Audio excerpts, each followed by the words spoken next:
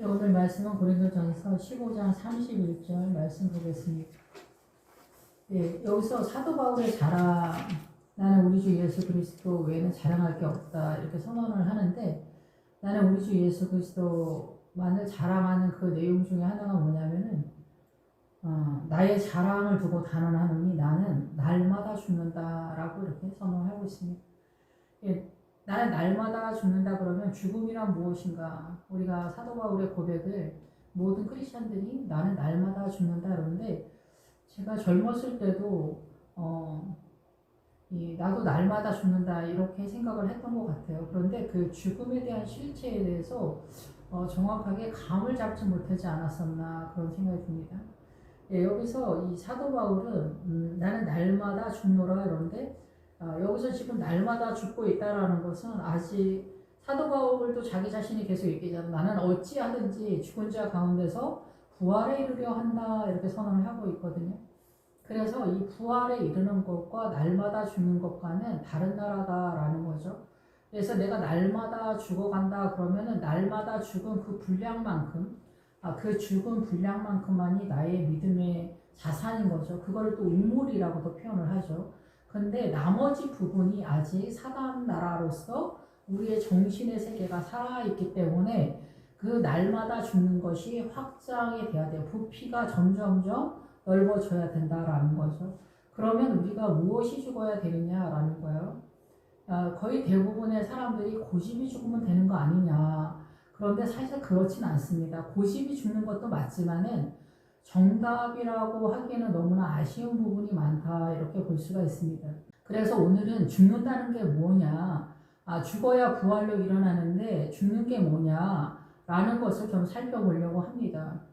우리가 이제 부활의 개념에서 또 이 죽음에 대해서 언급을 할 수밖에 없는데, 부활로 넘어가려고 하면은 무덤의 세력에서 부활로 넘어가는데, 그 죽음의 내용의 전체적인 개념을 우리가 오늘 제 설교 시간에서는 세 가지로 좀 나눠봤습니다. 그래서 첫 번째는 향유 옥합을 하나님께 드리는 것에 있어서 그 죽음을 가룟 유다와 연결해서 이렇게 설명을 하고, 두 번째는 그 연약함에 대해서 얘기할 때 나는 질그릇과 같다라고 이렇게 선언을 하잖아요. 그래서 그 질그릇에 대해서 설명을 하고, 세 번째는 푸른 마르고 꽃은 시드나, 이 말씀, 이사야 말씀을 통해서 우리가 무엇이 죽어야 되는가에 대해서 이렇게 조금 나눠봤습니다. 그래서 우리가 죽어야 하는 그게 뭐냐면은 설명이 좀 우리가 설명하기가 쉽지만은 않은데, 내가 무엇이 죽어야 되냐, 내 안에 무엇이 죽어야 되냐, 고집이라고 하기에는 이 실체가 모호합니다.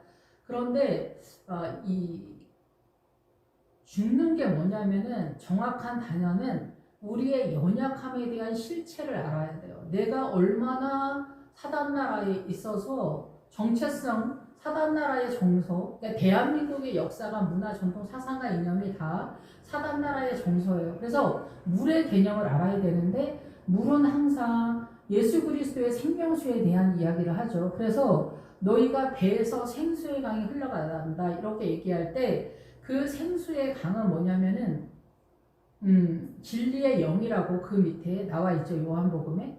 그래서 이 생수의 강이 배에서 드러난다는 거죠.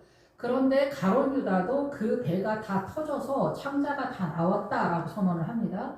그러면 우리의 이 마음의 중심에 예수 그리스도의 생명수가 흘러가는 것을, 배에서 생명수가 흘러가는데 그게 진리의 영이다라는 거고, 가룟 유다의 배가 다 터져서 창자가 다 드러났다라고 하는 것은 가룟 유다의 신앙관이 드러났다라는 거예요. 그런데 가룟 유다의 신앙관을 알기 위해서는 저번에도 말씀을 드렸지만 부활신앙에 들어가야 이게 보여요. 그리고 부활신앙의 여정 속에 있어야 이게 희미하게 보면서 부활신앙이 완연하게 들어가실 때 분명하게 보인다 이렇게 보고, 십자가의 끝자락에서 그 가룟 유다의 신앙관이 어떻게 실존하는가가 분명하게 보인다라는 거죠.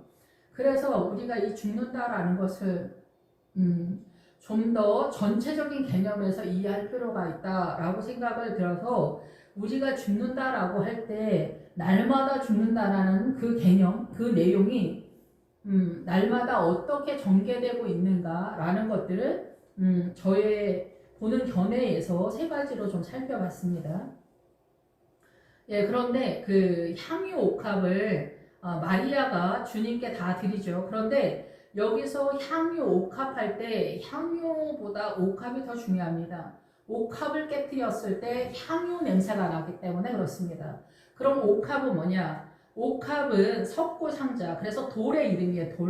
돌이 나오면은 예수 그리스도의 세력을 얘기해요. 예수 그리스도의 반석이다라고 할 때, 그래서 예수 그리스도 안에 쌓여 있는 옥합이다 이라는 거예요. 그러면 예수 그리스도 안에 쌓여 있는 그 세력이 향유로 나와야 되는 거예요. 향유는 모략이기도 하고, 예, 향유라고도 하는데, 이거의 기본 어구는 군대, 군인 뭐 이런 거예요. 그래서 사도적 일을 수행하다. 그래서 이 군사적 활동에 종사하다, 싸우다, 병사들의 무리, 그래서 천군에 대한, 예, 그래서 하나님의 나라가 세력화되고 펼쳐지는 세력에 대한 얘기를 합니다.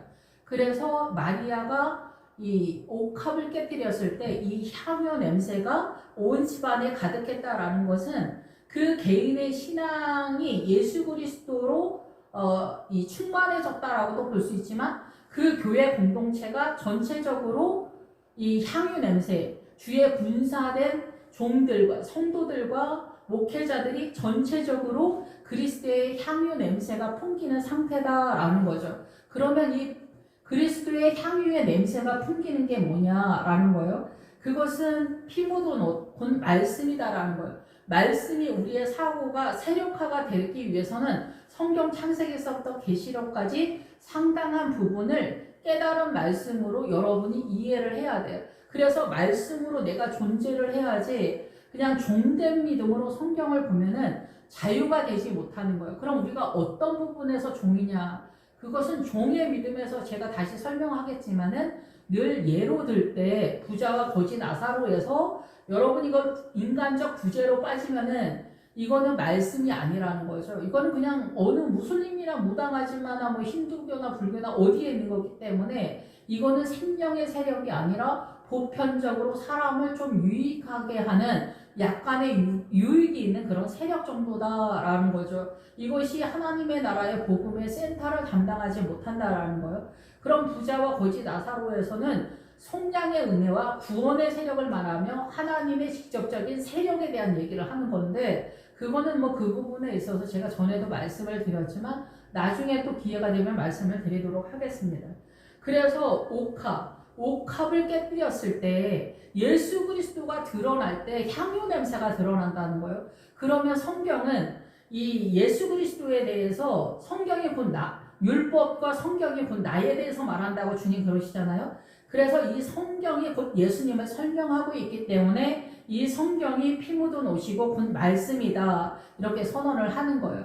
그래서 우리는 이 말씀으로 우리의 사고가 장악되지 않으면은 이 사단 나라의 이 오름의 가치관 속에서 미혹이 되어 있다라는 거예요. 그래서 대한민국의 문화와 전통 사상과 이념, 역사관 뭐 이런 것들이 다 사단 나라의 정서 속에서 자리를 잡고 이렇게 터가 굳어져 있다라는 거예요. 그래서 그 대표 주자가 바로 남존여비 사상이다라는 거죠. 그래서 선악과를 먹기 전에 남자를 만드시고 주님은 남자가 독처하는 것이 좋지 못하다. 그래서 주님은 여자를 만드는데 그 갈비뼈를 만들 때 그 남자의 세력이 절름발이다라는 거죠. 그래서 여자를 만든다는 거예요. 그래서 남자와 여자는 둘이 같이 있을 때 하나가 되고 절름발이가 안 되는 거예요. 6월절의 기본 어근에 절름발이다, 쩔뚝거리다 뜻이 있어요. 왜 6월절이 절름발이에요? 부활을 예시하기 때문에 그런 거예요. 아시겠죠? 그러면 이 남자와 여자가 하나님의 나라에서 이 사단 나라의 질서의 개념과 다른 존귀함의 다름의 캐릭터라는 것을 성경 전체가 설명하고 있는데 그것은 여자 남자 얘기할 때 다시 말씀을 드리겠습니다. 그래서 여기에서는 우리가 향유 옥합을 가지고 나가는데 이제 여기서부터가 이제 포인트입니다. 가룟 유다의 신앙관 그래서 가룟 유다가 가난한 자들에게 향유를 주어서 이 향유 옥합을 줘서 어떻게 해요? 깨트려서 저들에게 팔아서 저들에게 줘라 얘기하는 거예요.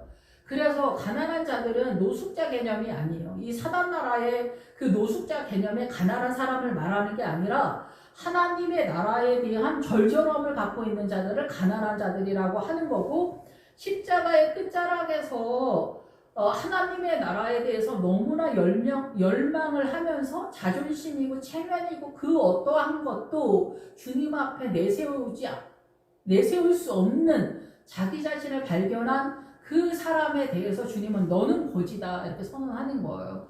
그래서 이 가난한 자와 그 거지는 뭐냐면 눈먼 자 이런 사람 다 뭐냐면은 하나님의 나라에 대해서 열망하는 거예요. 그래서 눈먼 자는 전체 개념이지만 눈을 뜬 자가 돼야 되겠죠. 이런 개념에 있어서 그 하나님의 나라를 꿈꾸는 자들인 거죠. 그런 사람에게 가룟 유다가 말하는 건 뭐냐면은 왜 가룟 유다가 12제자에 들어갈 수밖에 없었냐. 이 가룟 유다 신앙가는 십자가를 완결시키는, 죽음의 신앙을 완결시키는 그 시점에 부활 신앙으로 빠지지 못하게 막고 있는 세력으로서 존재하고 있기 때문에 이 가룟 유다가 등장하는 것입니다. 그래서 가룟 유다 신앙가는 그 전에 에브라임적 신앙관으로 등장한다 이렇게 볼 수가 있습니다. 그래서 이 가룟 유다의 뜻이 뭐냐면은 가난한 하나님의 나라를 부활로 꿈꾸는 자들을 막는 세력이라고 그랬잖아요. 그러면은 이 가난한 자들이 뭐냐면은 가룟 유다는 뭐냐면은 어떻게 막고 있냐. 가룟 유다가 여러분은 말씀을 들으면서 묵상을 하셔야 돼요. 잘 새겨 들어야 돼요. 설거지 하면서도 뭐 그냥 잘 들리는 설교는 묵상할 필요도 없겠죠. 착하게 살아라, 겸손하게 살아라, 사랑해라. 그런데 여러분 그런 것들을 여러분이 가지고 있습니까? 여러분들이 그걸 자산으로 갖고 있습니까? 겸손과 사랑과 오래 참는 것과 헌신과 희생, 봉사 이러한 것들을 여러분 스스로가 자생적으로 가지고 있다면은 영적 전투를 할 필요도 없을 뿐더러 십자가는 동원될 필요가 없습니다. 그러한 능력이 우리에게 없다라는 거죠. 그러면 나에게 그것이 없다라는 것을 증명되어지고 나타나야 된다는 거예요. 그게 나타나지 않으면 우리가 요즘 흔한 말로 자기관리 철저하게 해서 건강관리 아니면 돈관리, 자산관리, 자기 인격과 고매함과 명예와 권위의 자리를 본인이 관리를 해서 끌어올리는 세력으로서 우리가 검열을 한다라는 거죠. 이것을 뭐라고 하냐면은 창세기 3장에 나오는 뱀의 세력인 거예요. 뱀이 그 배로 기어다닌다라는 말이 뭐냐면은 바로 자기 자신을 고양시키다라는 그런 뜻입니다. 그래서 이 뱀의 세력은 뭐냐면 사단은 너 자신을 높이 명예와 권위와 성공과 번영 속에서 높이 너를 고매하게 이렇게 우러러볼 수 있도록 세워라 이거예요. 이것이 미혹이다라는 거죠. 이것이 오른편 강도, 왼편 강도의 세력이에요. 그래서 우리는 항상 나를 교양이고 신사숙녀처럼 명예와 권위 자리, 번영과 성공의 자리로 나를 높이 끌어올리려고 한다라는 거죠. 이럴 때 주님은 그것을 다 때려 엎는다라는 거예요. 그래서 고난을 통해서 하나님의 나라의 생명의 물줄기가 흘러간다라는 거예요. 그러면 맨정신 때는 뭐가 흘러가냐? 사단 나라의 정서가 흘러가기 때문에 고난이 없으면 사생아가 되는 거예요. 왜냐하면 고난이 없으면은 주님의 도움이 필요하지 않기 때문에 내 스스로가 내가 관리하기 때문에 그렇다는 거죠. 그러한 개념이 바로 가룟 유다 가치관이다라는 거예요. 가룟 유다는 구약 히브리어로 연결이 되는데 기본 어근이 그게 뭐냐면 남자답게 행동하다. 자신을 남자로 보이다. 남자의 권위를 내세우다. 우승자, 위대한 사람 이런 거예요. 그래서 고칠 수 없는 병든, 슬프고 약하고 병들고 허약하다라는 건데 이게 영적 전투를 이러한 사단 나라의 남자답고 위대하고 남자의 권위를 내어서 영적 전투를 하는 세력으로 나타난다라는 거죠. 주님은 이것을 가룟 유다 신앙관이라래. 여기서 머무르는 것을 주님은 에브라임적 신앙관이라고 하는 거예요. 십자가가 나타나기 전 우리 인간의 최선으로 나타나는 그 세력은 부활 신앙이 아닌 거예요. 그럼 이 세력은 뭘까요? 이 세력은 아까 말씀을 드렸던 것처럼 사단 나라에서 오름의 가치가, 사단 나라의 선악과의 개념에서 선의 개념인 미혹의 세력으로서 뱀의 세력이다라는 거예요. 그래서 고난이 쳐들어왔을 때 고난의 3대 요소, 사람, 병, 질병, 그런 다음에 가난, 돈 없고 막 이런 거, 처절하고 비루하고 남루하고 막 이러한 상태 있잖아. 절절한 이런 상태가 나타나게 되었을 때 나는 가난하다, 나는 허약하다, 나는 약하다, 나는 겸손할 수 없다, 나는 사랑할 수 없다. 아주 지독한 못된 인간들을 주변에 주님이 깔아놓는 거죠. 그랬을 때 나의 최선으로 안 된다는 거죠. 그래서 옛날에는 더 심했지만 오늘날은 덜하다고 해도 역시나 우리는 치이는데, 뭐 남존여비의 그 세력이 남자가 세력화가 되니 시댁의 절대적인 권세가 여기 세력화가 돼서 여자는 꼭 밥უდ어먹으러 온 사람 같은 가치가 부여가 되는 거예요. 예, 투명 인간처럼. 그리고 여기서 싹싹하게 일 잘하고 봉사하고 어머니 아버지한테 싹싹하게, 그리고 일 잘하고 헌신 잘하고 막 이래야지, 싹싹하지 않다, 무뚝뚝하다, 일을 잘 못한다, 너는 왜 음식을 못하냐, 집안 꼴이 이게 뭐냐, 애들 교육은 뭐냐, 다 모든 것에 대한 책임을 며느리한테 포커스를 맞춰서 하는 게 뭐냐면 이게 바로 사단 나라의 정서다라는 거죠. 이거에 대해서 우리가 이의를 제기하지 않는다는 거죠. 남존 여비에 대한 얘기는 그 죄가 들어오면서 세력화가 되는 거예요. 남자가 대접 먹는 게 바로 사단 나라의 질서라는 거죠. 그러니까 그것을 우리는 당연하게 생각하고 남자가 대표성을 띈다라면서 아내에게 말대꾸하지 말라, 존재 가치가 없다, 이렇게 표현이 되어지는 그런 상황인 거죠.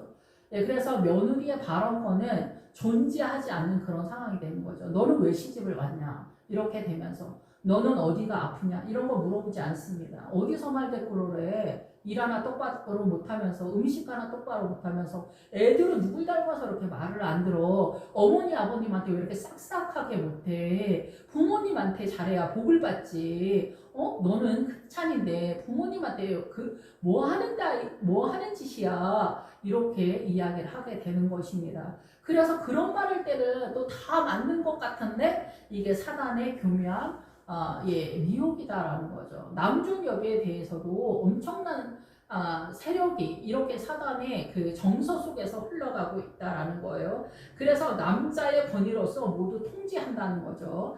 예, 그래서 이스라엘도 마찬가지입니다. 이스라엘은 양반 쌍놈이 없는데 이스라엘이 지금도 여전하구나, 이스라엘이라고 해서 별게 아니구나 생각된 게, 이스라엘의 율법 학자가 되려면 여자를 잘 만나서 그 여자가 남편의 뒷바라지를 다 하는 것이 최고의 명예라고 하더라고요. 그래서 우리가 얼마나 미혹된 삶을 살아가고 있는가, 우리가 고시생들을 뒷바라지 하는 아가씨들이 그 남편이 고시에 이렇게 붙게 되면은 최고의 영광으로 알고, 아니면 처가댁에서 그것을 후원할 수 있는 영광, 뭐 이렇게 생각하잖아요. 그런 것처럼 종교 안에서 이스라엘의 율법 학자들을 후원하는 그것으로서 여자가 직장 다니면서 가정을 다 돌보고 아이들 양육하고 돈 벌어오고 이런 전체적인 것들을 다 하는 것이 이스라엘 문화에서는 최고의 영광이다. 예. 여호와 하나님을 믿는 성도들, 이스라엘 사람들의 그런 인식 체계를 갖고 있다라고 그렇게 하더라고요. 예, 그래서 우리의 삶에 있어서 그런 부분이 전혀 없을 수는 없지만은 그런 것들이 어떻게 구약적 신앙관에서, 에브라임적 신앙관, 바로 가룟유다의 신앙관에서 우리가 머물러 있고 갇혀 있다라는 거죠. 예, 그래서 부활 신앙은 자유가 선언되어지는 거고 성경이 깨달아지는 것입니다. 그래서 그렇게 매여진 것에서 사고가 탈피가 되는 겁니다. 예, 동성애 이런 게 아닙니다. 동성애 이런 거는 사단 나라의 더 고급한 미혹의 세력입니다. 예, 이러한 것들을 우리가 좀 인식할 필요가 있습니다. 그래서 이 가롯 유다, 가롯이 그런 세력이고 그런 것으로 전쟁을 하는 사람이라는 뜻이고, 유다는 뭐예요? 유다는 바로 그 하나님의 힘으로 영적 전쟁하는 사람들이죠. 그래서 유다는 믿음의 가장 정중앙의 센터를 담당하고 있는 12지파의 대표성을 띠고 있는 사람이기 때문에 자타 이 가롯 유다 신앙관을 우리는 최고급의 신앙이다, 이렇게 생각을 하는 거죠. 그래서 자기가 최선을 다해서 사랑을 하고 겸손을 하고 온유한 척 하면서 위선을 떤다는 거죠. 그래서 주님은 고난을 보내고 그 천둥 번개가 치게 하는 거예요. 폭풍 치면서. 그래서 고난의 3대 요소. 최고 악질을 만나서 원한에 사무치는데 네가 과연 그 원한에서 나올 수가 있느냐. 이렇게 물어보신다라는 거죠. 그리고 최고의 질명을 던져주고 나서 이 암에서 네가 나올 수 있냐. 어디 너의 하이팅으로 나올 수 있냐. 그리고 최고의 가난으로 하나님이 던져주는 거죠. 그런데 결혼을 안 했을 때는 자기 혼자 뭐 하이팅을 하니까 노숙자여도 상관이 없으니까 이게 큰 고난으로 느끼지 않을 수 있습니다. 그러나 목회자는 결혼을 해서 자녀가 있고 부인이 있을 때 이 난이도, 가난의 절절함은 그 고난의 난이도에서 최고치를 친다 이렇게 볼 수가 있어. 질병은 엄청난 두려움을 주는 거죠. 그리고 사람, 아주 독한, 시어머니 독한 시댁 아니면 독한 상사, 뭐 사기를 당한다던가 뭐 엄청난 사건에 휘몰아치는 그런 고난에서 이 사고에 있어서 그 원한에서 합병 난다, 원한에 사무친다. 여기서 못 빠져나오는 것들을 감당을 해야 됩니다. 거기에서 주님 아니면 안 된다라는 것을 한두 번의 고난이 아니라 인생 전체에서 오랫동안 나는 안 되는구나. 그래서 나의 연약함을 자기 자신한테서 발견을 해야 됩니다. 그래서 내가 화이팅하는 게 아니라 주님의 힘으로 내가 존재한다라는 것을 깨닫는 것. 그래서 내가 죽는다는 것은 나의 연약함이 내 삶 속에서 드러나야 된다는 거죠. 그래서 고난이 등장하지 않으면 고난을 통해서 나의 연약함을 발견하게 되고 주님 나는 안 됩니다.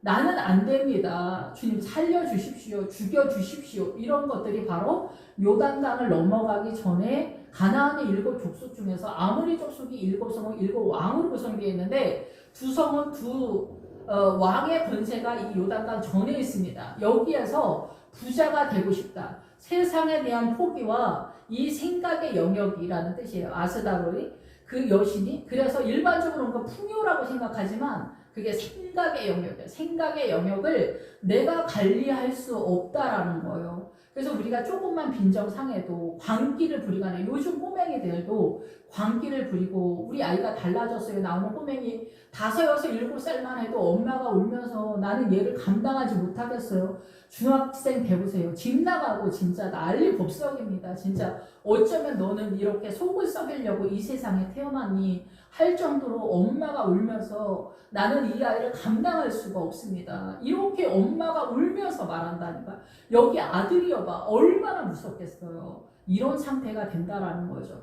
그래서 이러한 분노와 이런 두려움이나 이런 질병의 공포나 사람의 두려움이나 가난의 처절함이나 비루함이나 모욕이나 이러한 것들을 네가 과연 감당할 수 있겠냐. 이게 사단나라에 저급하면서 오는 것 같고 내가 관리를 잘하면 잘할 수 있다라고 생각하는 게 이 교만의 세력에서 나오는 그런 것이다라는 거죠. 그래서 두 번째로는 질그릇의 개념으로 좀 살펴보겠습니다. 주님은 우리를 질그릇으로 만들었다 그러는데 우리가 레위기에 보면은 그 동물 제사를 드릴 때 새를 잡는데 그 새 하나를 흐르는 물 질그릇 안에서 잡고 물론 신약에서도 질그릇이 나오지만은 여기에서 질그릇은 뭐냐면은 흙으로 만들었죠 당연히. 그래서 하나님의 나라에 대해서 이 인식을 못해서 벙어리고 듣지도 못하고 벙어리고 언어 능력을 상실했다. 하나님의 언어 능력, 하나님의 나라의 언어 능력을 상실했다. 이런 뜻입니다. 질그릇은. 그래서 여호수아에 보면은 여호수아가 칼날로 싸운다 이런데 그 칼날이 뭐냐면은 칼은 칼이고 날이 언어다 그 뜻이 이 입이라는 뜻이에요. 입.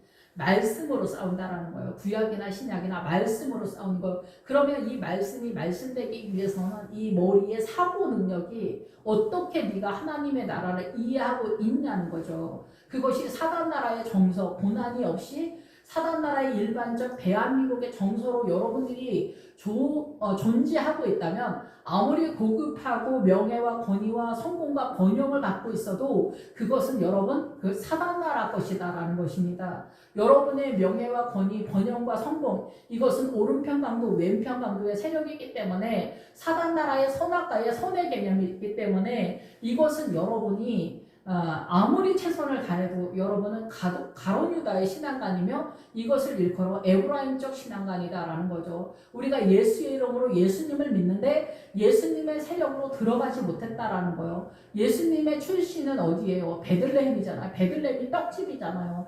말씀이잖아요. 말씀으로 출발하는데 여러분이 말씀을 깨닫는 것을 부자와 거지 나사로를 노숙자 개념의 구제로 빠져버린다면 여러분은 성경을 제대로 이해하는 것이 아니다라는 것입니다. 다른 부분에서도 마찬가지입니다. 그래서 이 질그릇은 이 그 새 하나를 흐르는 물 질그릇 안에서 잡는다라는 것은 뭐냐면은 이 새는 깡충깡충 뛰는 새예요.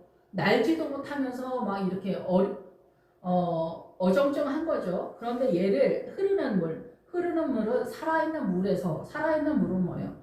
예수 그리스도의 생명 강가에서 잡는다 얘기죠. 생명 강가. 말씀 속에서 너 자신이에요. 이 새가 누구겠어요? 너 자신이고 질그릇도 너 자신이다라는 거예요. 그러면 이 질그릇이 나로서 존재하는데 이 질그릇이 하나님의 나라의 언어를 상징하고 잘 들리지 못하라, 깨닫지도 못하는 이 질그릇 같은 나의 존재, 하나님의 나라의 언어에 대해서 무지몽매한, 그래서 하나님의 나라의 무지한 게 죄다라는 거예요. 그래서 이 질그릇 속에서 내가 그렇게 존재하는 거. 그릇은 뭐냐면은 이 믿음의 자산을 갖고 있는 용기예요. 그러니까 이 그릇도 나 자신인데 내가 질그릇 같은 존재다라는 거예요. 그러면은 믿음의 자산이 많으면 우물로 확장이 되는데 이 우물을 가질 만한 그런 세력이 못 되면은 계속해서 사단 나라에 밀리는 그런 상황이다라는 거죠. 그래서 우리 안에 사랑도 없고 은유도 없고 겸손도 없고 희생도 없고 아무것도 없다. 나는 너무나 한도 끝도 없이 연약하다.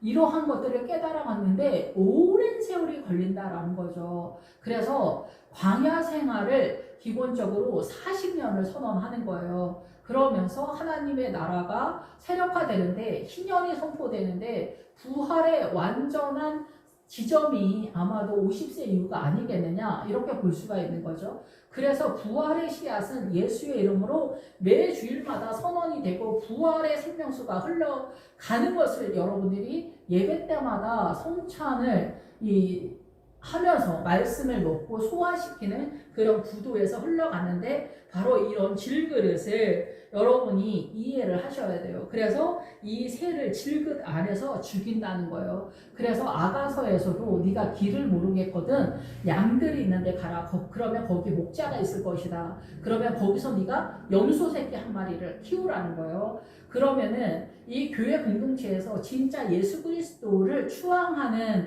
권사님들 그런 무리가 있을 거예요. 집사님, 권사님들.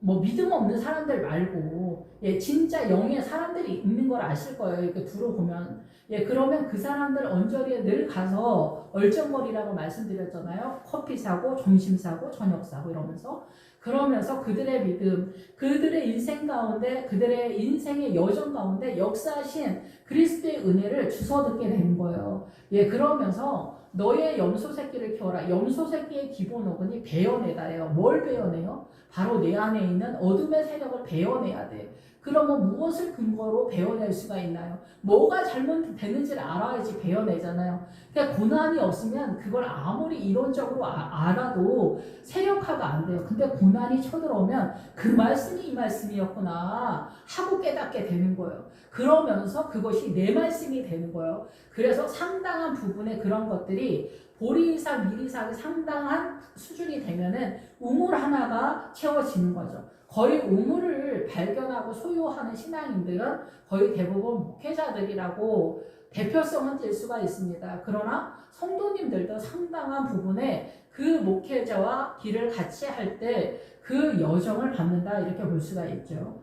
그래서 우리가 물이 변하여 포도주가 되었을 때 그 종은 물이 변하여 포도주가 되는 일련의 과정을 종은 알지만 이 포도주를 맛본 사람들은 모른다는 거예요. 성도들이겠죠. 그러면 그 물을 퍼다 준 사람들은 누구겠어요? 목회자겠죠. 그러면 물을 퍼무는 사람이 물이 변하여 포도주가 되는 일련의 믿음의 행보가 어떻게 전개되는지 알기 위해서는 물을 6 항아리를 채워야 된다는 것입니다. 예, 그래서 6은 사람의 숫자니까 우리의 기준에 충분한 그거를 넘어가야 되는 거죠. 사람을 충분하게 할 수 있는 그 지점을 넘어가야 포도주가 되는 거죠. 사람마다 그 분량은 틀리겠죠. 자기 삶의 내용이 틀리기 때문에 아시겠죠?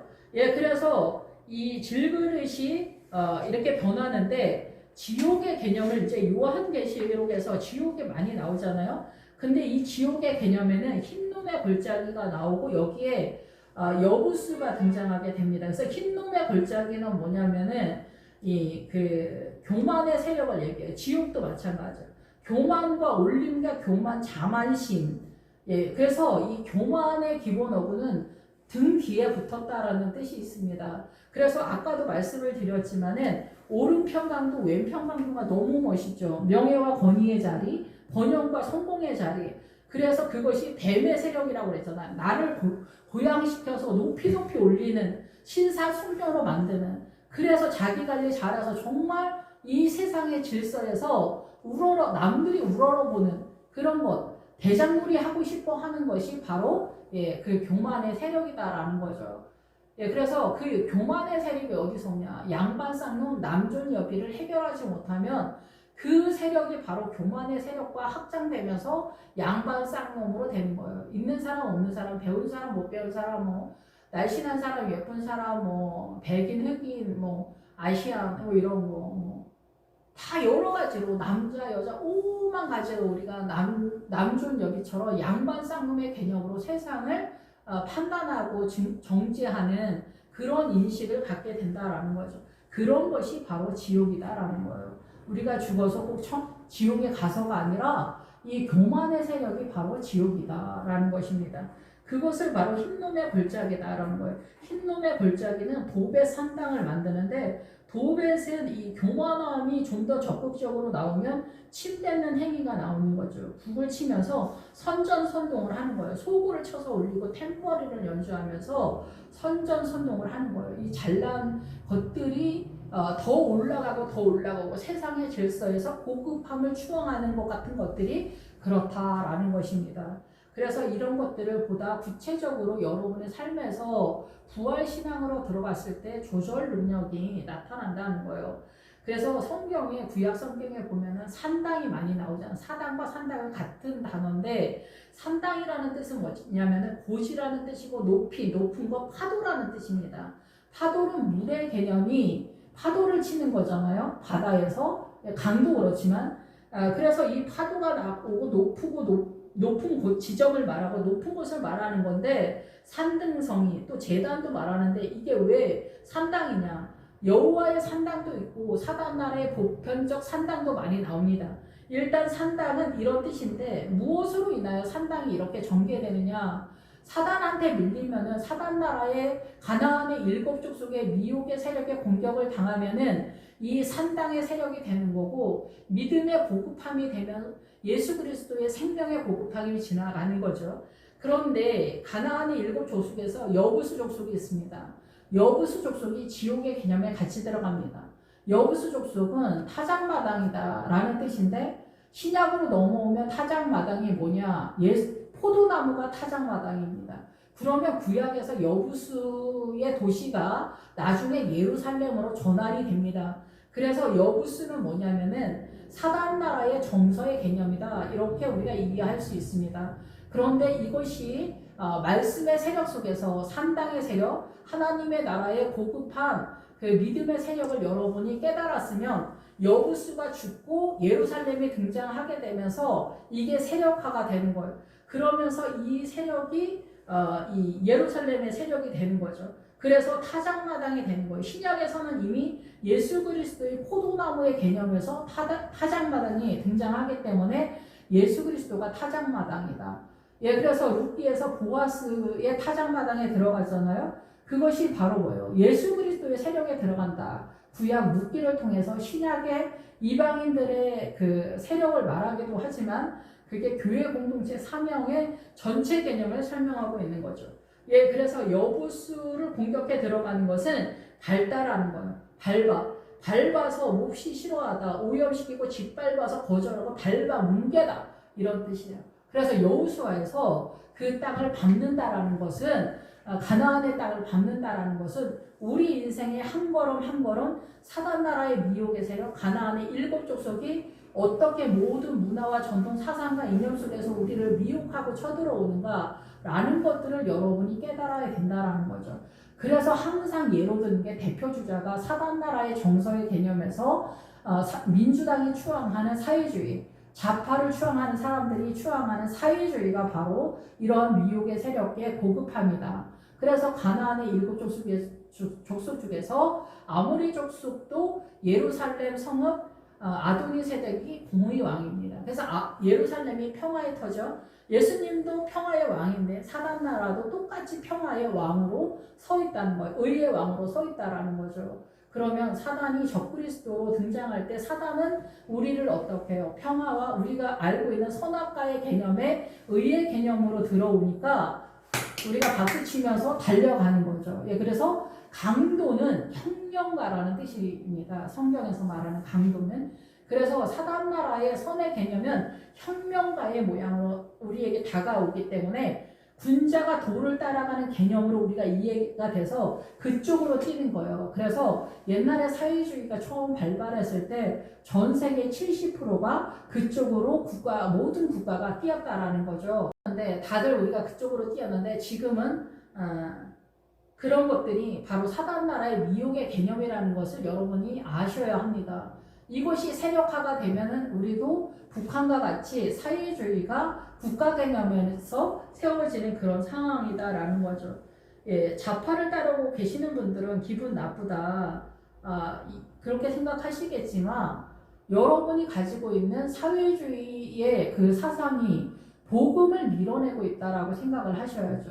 우리가 처음 예수님을 믿을 때 제사를 지내면 안 된다 할 때 우리가 추도 예배로 빠져버렸잖아요. 그러면 그 추도 예배를 누가 받나요? 우리의 조상, 엄마, 아버지가 받나요? 주님이 받나요? 이런 식으로 빠져버린다. 이게 밀린다는 거예요. 복음이 밀리니까 사단 나라와 적당히 타협을 하는 그런 상황으로 전개가 된다라는 거죠. 그러면 추도 예배도 그렇고 양반 쌍놈도 마찬가지입니다. 양반 쌍놈도 무슬림이나 이런데 힌두교 이런데 카스트 제도 이런데 보면 아직도 양반 쌍놈이 그 단계별로도 엄청난 계층이 있잖아요. 북한 공산당 평등하다고 우리는 대표적으로 그렇게 이해를 하는데 뜻밖에도 북한의 사회주의는 12개의 이 계층이 있다 뭐 이런 식으로 얘기하지 않습니까? 그럴 정도로 이 사단의 문화권, 사단의 사고에서 그렇게 빠져나오는 게 그렇게 쉽지 않습니다. 복음이 들어가는 나라여야만 그 국가가 복음을 전체적으로 어느 정도로 휩쓸거나 지나가야 우리가 사람의 기본적인 자유를 누리는 정도가 됩니다. 대표주자는 일본은 선진국인데도 불구하고 복음이 어느 정도 이렇게 지나가지 않았기 때문에 일본은 남존여비가 여전히 살아있다라는 거죠. 물론 힌두교나 무슬림 이런 쪽은 말할 것도 없지만 그만큼 복음이 일반 우리의 문화와 전통 사상과 이념을 장악하고 있다라는 거죠. 복음이 얼마나 중요한지. 대한민국의 여자 남자가 그래도 외형적으로라도 남녀 평등만이라도 왔다는 것은 어마어마한 사건입니다. 예, 우리나라가 1900년대에 어찌어찌해서 이렇게 우리나라 국민성이 좋아서가 아닙니다. 여러분 우리가 어떻게 양반 쌍놈이 무너져 내리고 이렇게 사람 노릇하면서 여자가 큰 소리를 낼 수 있고 사람이 소리를 내고 쌍놈이 없어지는 세계가 된 게 얼마나 하나님의 은혜가 강같이 흘러가는 놀라운 사건이었는지 크리스찬들은 알아줘야 되는 거 아닙니까 여러분? 이게 무슨 국민성이 좋아서 그런 소리를 합니까? 우리가 개인이 제사 하나도 해결을 못하는 그런 수준이고 남녀 평등 이런 거 하나도 해결을 못하고 교회 내에서 더 남자가 대표성을 띈다. 오히려 세상보다 한 수 더 뜨는 경우가 있는데 여러분 우리가 정말 하나님의 은혜를 경험하면서도 정말 예수의 이름으로 예수님을 믿는데 예수님의 부활 세력을 우리의 사고에서 잡지를 못하고 구약적 신앙관에서 그대로 가고 있다라는 것입니다. 예, 부활로 빠져야 되는데 내가 얼마만큼 부활의 신앙을 장악했느냐 그 분량만큼만 자유고 나머지는 다 사단 나라의 정서라는 것입니다. 예, 그래서 이 질그릇이다 우리는 아시겠죠? 그래서 지옥의 개념 우리가 지금 지옥에 산다는 거예요. 그래서 교만이 지옥이라는 거예요. 자기를 높이는 거. 남자가 대적놀이 하는 게 지옥이라는 거예요. 예, 그래서 아빠가 너무나 그냥 권위에 차 있으면 집안이 초토화가 되잖아요. 한 잔 잘 드신다 이러면 더 초토화가 되는 거예요. 아버지가 성질이 대단하다 그럼 여기는 그냥 지옥인 거예요. 예, 그래서 무적갱이의 세력이 완전 장악하는 거죠. 예, 그래서 여기서 침을 뱉는다 이게 지옥의 개념이 그 흰놈의 골짜기에서 이 도벳의 3당을 건설한다는 거예요. 침 뱉는 거, 침 뱉고 이 북을 친다는 거예요. 작은 불을 친다는 거예요. 선전선동한다는 거예요. 문화와 전통 속에서 양반놀이 한다는 거예요. 카스트제도 한다는 거예요. 사회주의 하면서 그 반동을 얻는 거예요. 반동을 얻는 거예요. 예, 반동이 어디 있습니까? 사회주의에서 반동 그런 거 하면 안 되죠. 사회주의를 하는데. 그런데 사회주의가 그렇게 멋지고 근사한 간판을 걸고 평등, 사랑과 뭐 이런 걸 걸어놨는데 평화를 걸어놨는데 들어가 보니까 이게 뭔 나라입니까? 반동을 왜 만듭니까? 그러니까 모순이 공산당이 되고 공산당 그 양반은 모순이 되는 사회에서 그냥 거꾸로 집어넣은 거예요. 반찬 옛날에 좀 우습긴 한데 옛날에 이제 엄마들이 김치를 이렇게 썰어놨으면 김치 이제 접시에다 넣어서 이제 상에다 딱 놨는데 먹었는데 다 안 먹었어. 그러면은 아빠들도 눈치가 또 빤하시잖아요. 그러면은 막 그런 얘기 했던 것 같아요. 김치가 고개를 넘었다. 이게 한 바퀴 이게 뒤집었다는 거예요. 그러니까 엄마가 그냥 하면은 너무 이렇게 하니까 이렇게 반찬을 뒤집어 놓는 거예요. 그래서 처음 담은 것처럼 또 놓는 거예요. 그럼 아빠들이 김치가 또 뒤집어서 올라왔다. 귀신같이 알고 또 그렇게 말씀하시는 거예요. 이제 밥상에서 아빠들이 하는 말들이 여러 개 있는데 그 중에 하나가 그런 거죠. 그래서 저는 그렇게 이해가 됩니다. 그런 것들이 다 미혹의 세력이에요. 그러면 이 미혹을 안 되려면은 여러분들이 성경을 잘 아셔야지 그거를 간파할 수 있겠죠. 그런데 성경을 잘 몰라. 그러면 사단 나라의 정서에서 그대로 보게 되고 사단 나라의 예루살렘과 사단 나라의 아도니 세력으로 그냥 쫓아갈 수밖에 없고 그 세력을 추앙할 수밖에 없는 거죠. 그런데 예수님은 예수님 나라의 예루살렘과 예수님 나라의 의의 개념, 한 의가 나타났다. 예수님의 나라의 예루살렘과 의의 개념은 뭐예요? 바로 이 우리가 추앙하는 이 사단 나라의 예루살렘과 아도니세덱의 공의의 왕을 때려부시는 십자가를 던져주는 거예요. 그러니까 우리가 어떻게 해요? 십자가 기함하죠. 놀라 자빠지죠. 주의 십자가가 온다는, 고난이 쳐들어온다는, 고난이 예상되는, 가난하지 않으려고 길을 쓰죠. 예수 믿는 사람들도 누가 가난하려고 가난하려고 하는 사람 없겠죠. 저부터라도. 그러나 주님을 따르다 보면 그렇게 되거든요. 그래서 우리는 십자가가 온다는 소리, 고난이 쳐들어온다는 소리, 가난해진다는 소리, 누가 나를 핍박한다는 소리, 질병이 온다는 소리, 이런 거 소리를 들으면 백리박으로 쫓겨 도망을 가는 거예요. 그래서 우리가 염려 중에서 심리학에서 조사할 때 건강 염려증이 넘버1이라는 거예요. 그래서 나이가 들어가면 갈수록 어떻게 해서든지 질병에 걸리지 않고 건강하게 하려고 건강하게 하는 게 좋죠. 그런데 거기에 아예 갇혀버리는 그런 상태가 된다라는 거예요. 그렇게 노력을 해도 건강을 내 힘으로 지키지는 못하죠. 예, 어쨌든 그래서 우리는 나의 이 그 질그릇의 세력이 바로 그렇게 나타난다라는 거예요. 예, 교만함의 세력으로 나를 높이 명예와 권위의 자리, 번영과 성공의 자리로 높이 나를 부양시키는 것이 뱀의 세력이다라는 거예요. 이것이 뱀의 세력이라고 누가 생각을 하겠어요. 그런데 우리는 오른편 강도와 왼편 강도가 우연히 그렇게 예수님이랑 같이 십자가에 죽은 게 아니라 바로 십자가의 내용에 가장 고급한 사단나라의 아모리족 속의 예루살렘과 아도니 세대 평화의 왕의 이름으로 우리를 미혹할 때 그거를 잡아내야 된다라는 거예요. 예수님의 평화의 왕은 십자가를 던져줘서 이 사단나라를 죽일 때 비로소 생명이 완연하게 살아난다. 그래서 십자가를 완결시켜야 된다라는 거죠.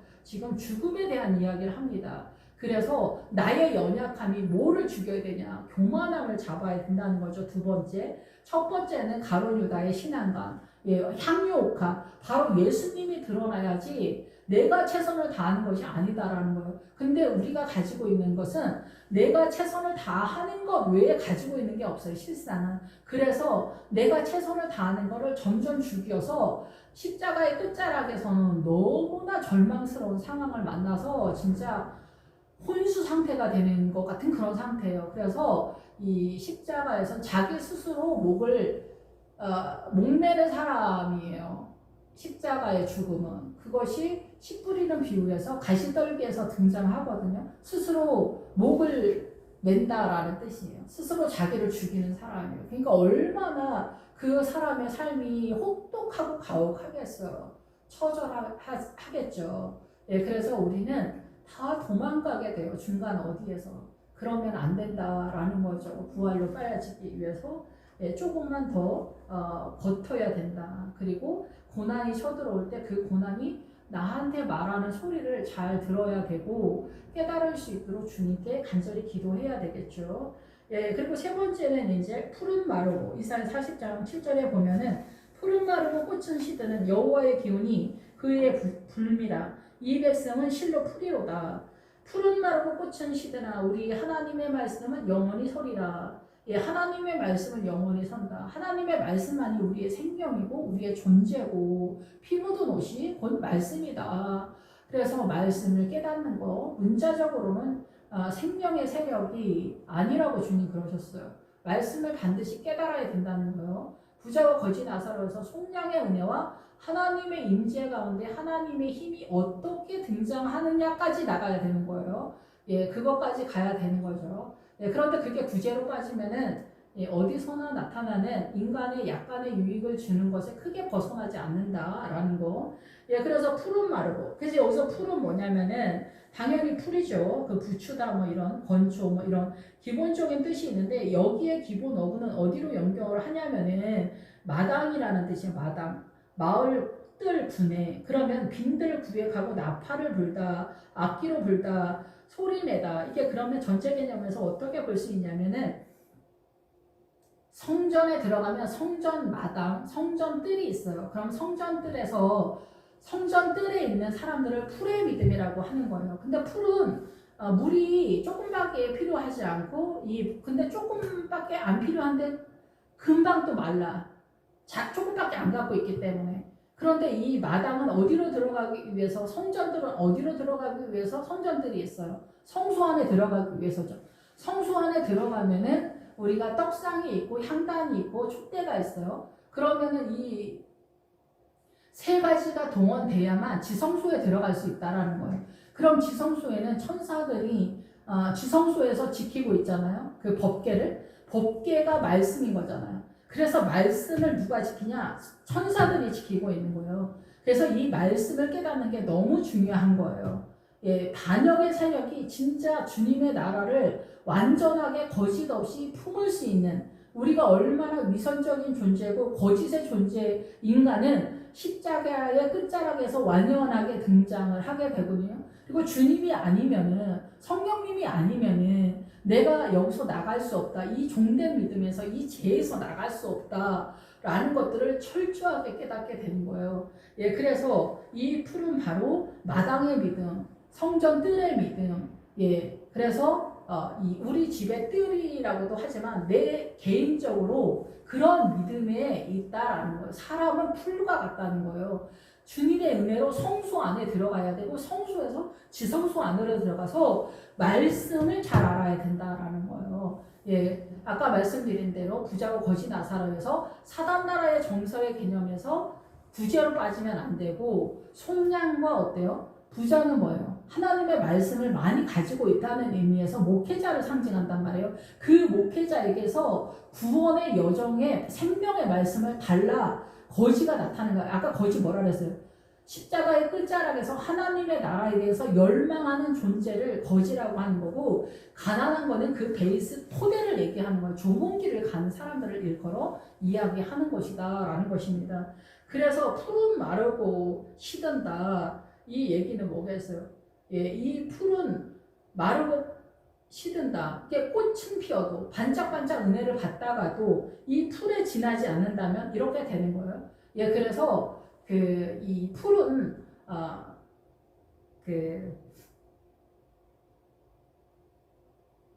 갈대배라는 뜻이 갈대배. 갈대배는 애국적 존재를 이야기해요. 우리가 물과 성령으로 거듭나가지고 홍해를 지나면, 홍해는 갈대숲이잖아요. 여기 갈대숲을 지난다라는 뜻은 뭐냐면 갈대적 존재가 세상 나라의 그 존재로서, 이 세상의 트렌드로서 존재하는 사람들, 예수 믿는데 세상 나라의 그 트렌드에 맞춰서 발빠르게 움직이면은 그 시편 1편에서 아기는 바람에 나는 겨와 같다, 그런 뜻이에요. 아기는 도둑질하고 뭐 살인하고 뭐 바람 피우고 뭐 이런 사람도 거기에 속하지. 근데 그런 게 아니라 바람에 나는 겨와 같다. 세상 트렌드, 정보에 따라서 발빠르게 움직이는 사람들, 세상 정서에 따라서, 세상 지식에 따라서 오른편 강도 왼편 강도로 가장 고급하게 존재하는 사람도 악인이다, 이렇게 표현을 하는 거예요. 아시겠죠? 그러니까 이 세상의 가치에 내가 존재할 수 없도록 고난이 쳐들어와야 돼. 그러니까 고난받는 성도는 하나님께 할렐루야 감사해야 돼. 물론 삶이 처절하지만 그 상황이 십자가를 완결하고 부활로 빠지면은 여러분에게 평안과, 그리고 그 고난의 조정, 우리가 배 타고 갈 때 조정 있잖아요. 앞으로 가는데 앞을 보면서 이렇게 하는 게 아니라 뒤를 보면서 이렇게 하거든요. 과거를 보면서 미래를 보는 거예요. 내 삶에 역사하신 주님을 보면서 또 역사하실 것을 믿으면서 성경을 기준으로 노를 젓는 거예요. 앞으로. 그런 조정 능력이 생기게 되는 거예요. 그래서 어떤 사건, 사고마다 조정 능력, 조절 능력, 분별, 판단, 이런 것이 생기는 거죠. 그래서 풀은 마르고 꽃은 시드나, 꽃이 그렇게 화려한데 시들어버려. 우리 인생 가운데 진짜 번영기가 있잖아요. 근데 그게 시드는 게 뭐냐면 분별이 없다는 거예요. 무감각하다. 나발. 예. 다윗의 그 아내 중에 아비가일의 그 남편이 나발이잖아요. 그 나발이 바로 여기에요. 시드라예요. 어리석고 시들고 세약하고, 예, 분별이 없다. 무감각하다. 하나님의 나라에 무지하다라는 거죠. 여러분, 이런 상태가 되면 그게 나의 풀된 존재의 가치다라는 거예요. 그래서 우리가 예수 그리스도 안에 고난이 아니면 성소 안에 절대로 못 들어갑니다. 예, 성소 안에 들어간 목적은 말씀 지성소로 들어가려고 하는 겁니다.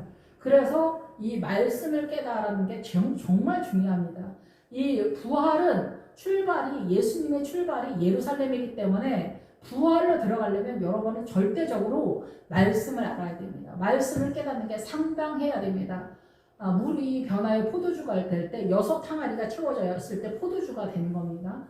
예, 그래서 성령의 은혜가 그 전에도 나타나기도 하지만은 물이 변화의 포도주가 되고 부활로 빠지려면은 물을 6항아리 반드시 채워야 된다라는 것입니다. 그것이 말씀을 깨닫는 그 분량이 상당히 있어야 된다라는 거죠. 구약적으로는 우물을 소유하기 위해서 아브라함과 이삭과 야곱이 전쟁하잖아요. 그래서 이 6항아리를 공격해서 7항아리를 소유하게 됐다가 부엘세바요. 7개의 우물이다, 이런 뜻이에요. 예, 그렇게 되었을 때 하나님의 나라를 전반적으로 대충 이해하는데 인간의 한계로서 최대한이다, 이렇게 볼 수가 있겠죠. 예, 그래서 예수님이 천이라는 숫자로 표현이 되고 있는데 그 예수님의 천의 세력의 상당한 부분을 소유한 그런 것으로 얘기를 하는 거죠. 예, 주의 종이 되면은 주님이 솔로몬의 포도원을 지키는 자에게 200을 주겠다 선언해요. 200의 수준을 주겠다가 아니라 200의 가치를 갖고 있는 것을 주겠다. 그게 뭘이라는 뜻입니까? 그 성경 말씀을 깨달아서 전하는 세력을 목회자에게 주겠다 이런 뜻이죠. 예수 그리스도가 교회의 머리 되신다라고 하잖아요. 그것을 주겠다라는 거죠. 그러니까 우리가 전도사 하실 때는 전도사의 분량을 주시고 부목사일 때는 부목사의 분량을 주시고 담임 목사일 때는 담임 목사의 분량을 준다는 거예요.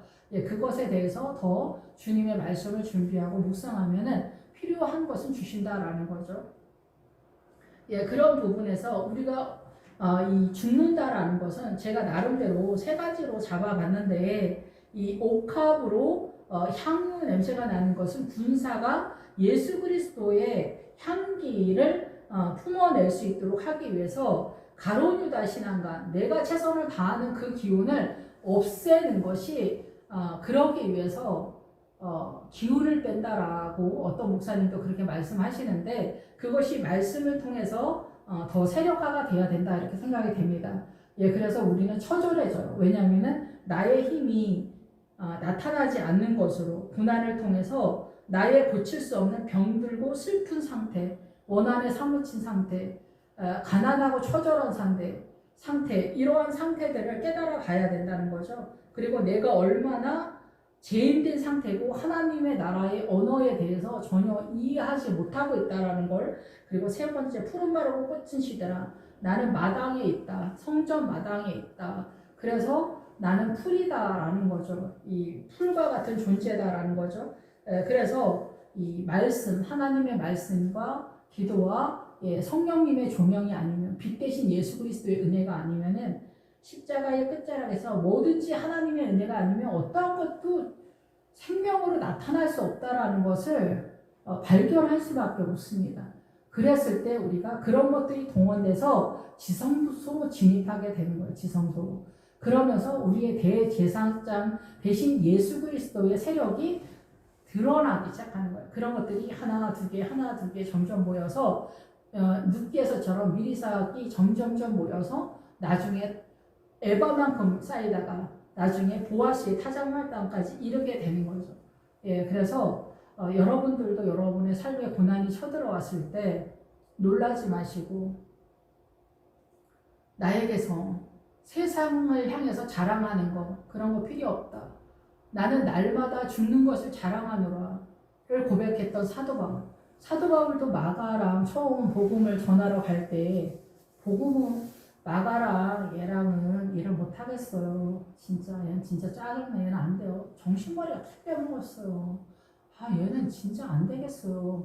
인간 나라 정서로는 얘하고는 도저히 안 되는 거를 사도 바울도 말하지만은 나중에는 하나님의 나라의 언어로 내 아들 마가를 데려와라 이렇게 이야기를 하게 되거든요.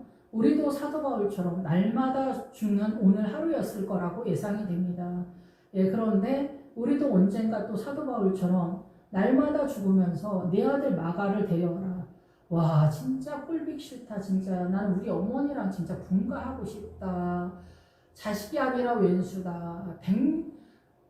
전생에 원수가 남편으로 태어났다. 할머니들이 말씀하신 것처럼 또 결혼했을 때 얼마나 진짜 적군처럼 싸웁니까? 그러나 세월이 지나가면서 복음의 비밀 속에서 하나가 되고 오랜 그 세월 속에서 부부가 하나 되는 것 같아요. 그 복음 안에서 그런 세월들이 기다리고 있으니까 조금 더 인내를 하시고 나의 나대 오직 주님의 은혜가 아니면 날마다 죽노라 하는 이 고백에서 나도 오늘 사도 바울의 그 길을 가고 있다라는 거 여러분 기억하시고 절망하지 마시고 놀라지 마시고 오늘의 이 고난 속에서 주님이 나에게 무엇을 말씀하고 싶으셨나 이런 것들을 깨달아 가면서 오늘도 날마다 죽어가는 그 내용으로서 부활을 향하여 달려가고 있다라는 거 꼭 기억하시고 나의 연약함을 발견하는 거고 나로서 나의 최선이 생명이 아니라는 거 여러분 뜻밖의 꼭 기억을 하셔야 됩니다.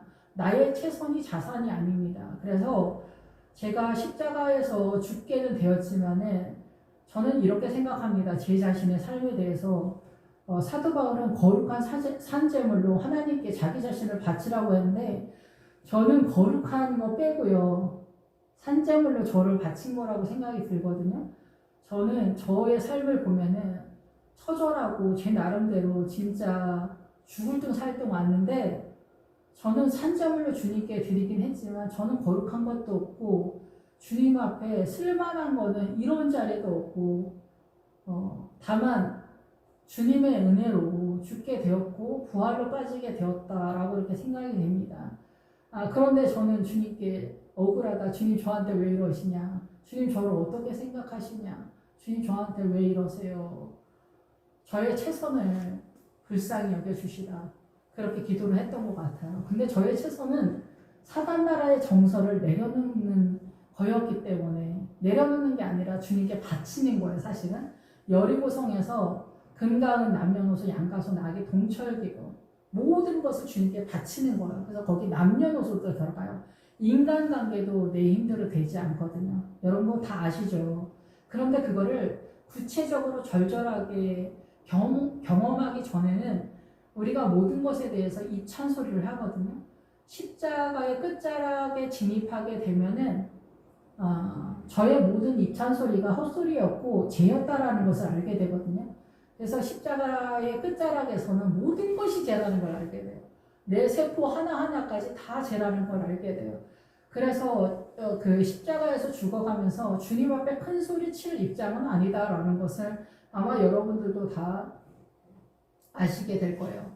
나의 죄는 열심히 산 것밖에 없다라고 고난을 만나는 사람들이 놀라면서 하시는데 주님은 바로 그 열심히 산 것 때문에 문제인 거예요. 세상에 대해서 열심히 사는 거예요. 하나님의 나라에 대해서 열심히 산 게 아니라 세상에 대해서 열심히 산 것이 죄라는 거예요. 예. 그것을 믿음 안에서 여러분이 경험하고 깨닫는데 얼마나 그 십자가에서 아프겠습니까? 예. 그런데 그거를 완결시키면은 하나님의 나라에서 저항할 수 없는 평안 받아라. 주님이 부활하셔서 평안을 주잖아요. 거기에 도달하는 거예요. 비로소. 성령님의 임재가 처음 출발하는 게 아니라 십자가의 끝자락에서 십자가를 완결하고 부활의 상태에서 평안을 선포했을 때 더 이상의 전쟁은 필요 없는 상태가 된다라고 그 기본 어근에 그렇게 나와 있습니다. 그랬을 때는 부활로 들어가면은 이제는 우리가 그동안 그 환난과 세상과 사단의 공격과 사단 나라의 질서, 문화와 전통 사상과 이념에서 계속 밀려서 아팠던 것들이 이제는 하나님의 은혜로서 걔네를 때려잡는 것으로 조절 능력이 나타나게 되거든요. 그러니까 힘의 근원이 주님에게로 넘어가. 이쪽에서는 계속 밀리면서 내가 죽는 것에서 나타나는데 부활로 빠지면 주님이 세력화가 되면서 사단이 밀리는 그런 상황에 구도를 잡게 됩니다. 여러분 힘내시고 오늘의 고난 앞에서 너무 놀라지 마시고 그러려니 조금 할 수 있으면 좋겠다. 그런 생각이 들고 부활로 빠지면 그 고난과 짜증나는 거, 화가 나는 거, 분노가 나는 것들이 여기서는 나타나는데 나에게 이렇게 묻어 들어오지 않는 것 같아요. 근데 십자가 전에는 이게 다 묻어 들어와. 그래서 작은 거 하나에도 화가 나고 기분이 오늘 하루 종일 망했다. 뭐 이렇게 생각을 할 수 있거든요. 우울하다. 막 이런 거. 내 인생은 포기가 된다. 죽고 싶다. 막 이렇게 하는데 그런 것들이 부활의 세력으로 들어갔을 때는 걔네가 밀리는 상황이 되는 거예요. 오는 건 알아요. 오는 거 아는데 이제 부활의 세력 주님이 그걸 잡게 하는 거예요. 예, 부활을 할 때 다시 말씀을 드리겠습니다. 예, 여러분 힘내시고요. 고난의 자리에 있다면은 여러분들이 더 큰 하나님의 나라로 비상하기 위해서 오늘 독수리처럼 오늘도 그 고난을 통하여 비상하는 모든 성도 여러분 예수님의 이름으로 축복합니다. 마음을 다하여 기도하겠습니다. 할렐루야. 주님 감사합니다. 오늘도 고난의 정중앙에서 우리가 허덕거리고 있습니다. 좌절하고 있습니다. 일어나지 못하고 있습니다. 그러나 오늘도 하루길 날마다 죽노라 고백했던 사도 바울의 그 걸음을 우리도 가고 있음을 고백하지 않을 수 없습니다. 내 아들 마가를 데려오라 고백한 그 하늘나라의 언어를 경험하고 그 평안을 누리며 부활을 선포하는 사도 바울의 그 믿음의 부활의 지점에 멀지 않았습니다. 주님 베다니에서 예루살렘이 멀지 않다라고 주님 말씀하신 것처럼 고난의 한 중앙에 저희가 있는 이 배단이 혹 저희가 있다면 주님 이제 예루살렘이 멀지 않았사오니 주님 우리에게 힘을 더하시고 나에게 힘을 주지 않고 나의 희생과 헌신과 최선의 자리가 가치가 있는 것이 아니라 나에게서 힘을 빼고 예수님에게로 넘어가는 저희들 될 수 있도록 주님 인도하여 주시옵소서. 오늘도 죽음의 신앙의 한 자리에서 그 지점에서 고통당하고 있는 나사로와 베다니에서 신음하는 나사로와 마르다와 마리아를 축복하여 주시듯이 그렇게 우리도 동일한 내용으로 축복하고 계시는 줄 믿습니다. 오직 주님의 이름을 찬양하며 영광 돌립니다. 예수님의 이름으로 기도했습니다. 아멘.